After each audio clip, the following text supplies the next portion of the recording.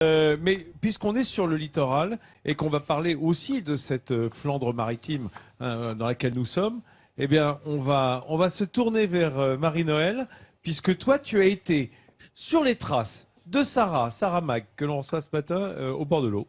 Exactement, voilà Sarah. Alors vous êtes toute jeune, hein, vous avez 27 ans. Oui. Mais vous avez un amour des mots et de la littérature qui est ancré en vous depuis visiblement très longtemps. Vous racontez que votre maman, elle menaçait de vous priver des contes de Perrault si vous finissiez pas votre assiette. C'est ça, et Moi, elle ça m'obligeait serait à plutôt regarder le Club moi. Dorothée. Moi, je prive de l'assiette si tu finis pas les contes de Perrault. C'est plutôt Et comme ça que qu'on ça menaçait aussi de vous obliger à regarder la télé. Club Dorothée. Voilà, alors du coup, vous avez grandi voilà, le nez plongé dans les livres et puis aussi le nez parfois un petit peu en l'air sur les plages du Nord et c'est là tout naturellement qu'on vous a retrouvé. La plage de Malo-les-Bains, c'est tous mes souvenirs d'adolescence, dans les bars avec les copains, l'été, la plage. Sarah Mag a grandi à Bergue, puis à Dunkerque. À 24 ans, elle vient de publier son premier roman. Elle raconte la vie d'une jeune prof, un peu perdue entre Paris et Dunkerque. C'était plus facile d'incarner l'histoire dans ces endroits que je connais très bien. Et qui ont en plus, c'est aussi beaucoup d'émotions. Enfin, c'est des endroits que j'affectionne beaucoup. C'est où, le Nord?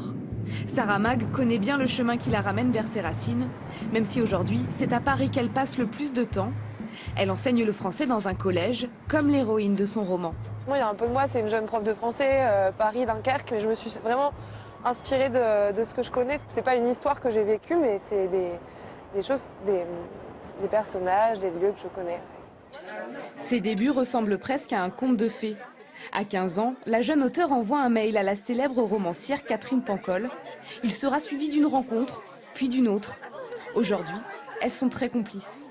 On a commencé à échanger des mails où elle me parlait de Diderot, d'Oscar Wilde, d'André Gide. Alors moi, je lui parlais de La Rochefoucauld, Balzac, c'était trop. Et j'avais l'impression que je parlais avec quelqu'un, une dingue de livres comme moi. Et en fait, c'est comme ça que ça s'est passé. Ouais.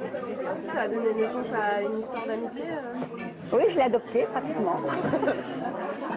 Oui, parce que oui, ça a créé. Les livres, c'est quelque chose de formidable pour ça. Premier face-à-face avec les lecteurs. Un moment fort pour la jeune romancière. Très très émue, très contente. Ouais, c'est super.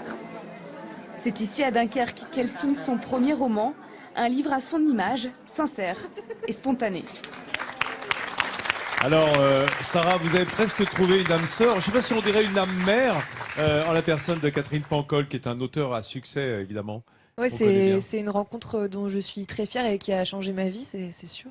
Enfin, je pensais pas que tout ça allait se passer quand j'ai envoyé mon premier mail. J'étais petite et c'était comme ça. Et c'est fou tout ce qui s'est passé depuis.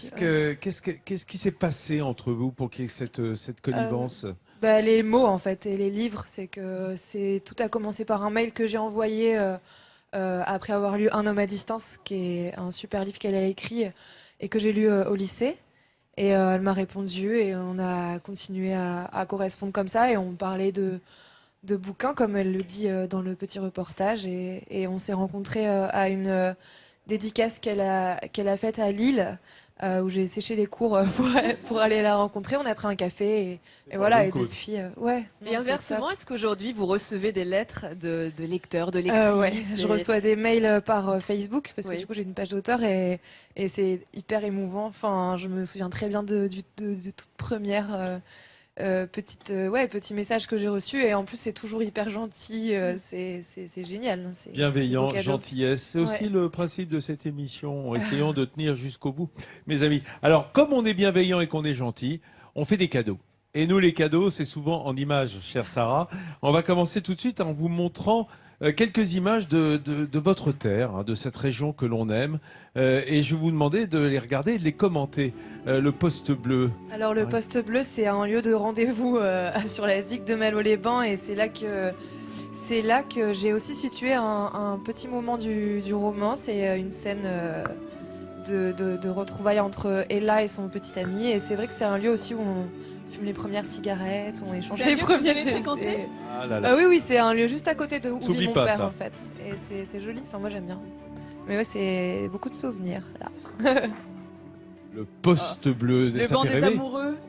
C'est un monument surtout qu'on classé pouvait aussi. monter. Ah, je savais pas. Ouais. C'est un monument classé, ouais. Ok, ben, je suis d'accord. Ben voilà, j'espère que ça l'a pas déclassé dans votre esprit. Hein. Non, pas du tout. Au contraire, monument classé grâce à mes premières cigarettes et mes premiers baisers. Voilà. Voilà, Pas c'est que comme les ça. miens, c'est de plein de gens. Voilà, Malo-les-Bains dont on parle souvent parce que ça touche Dunkerque. Hein, c'est juste à côté. Ouais, c'est la plage de Dunkerque en fait. Voilà, c'est ça. Voilà.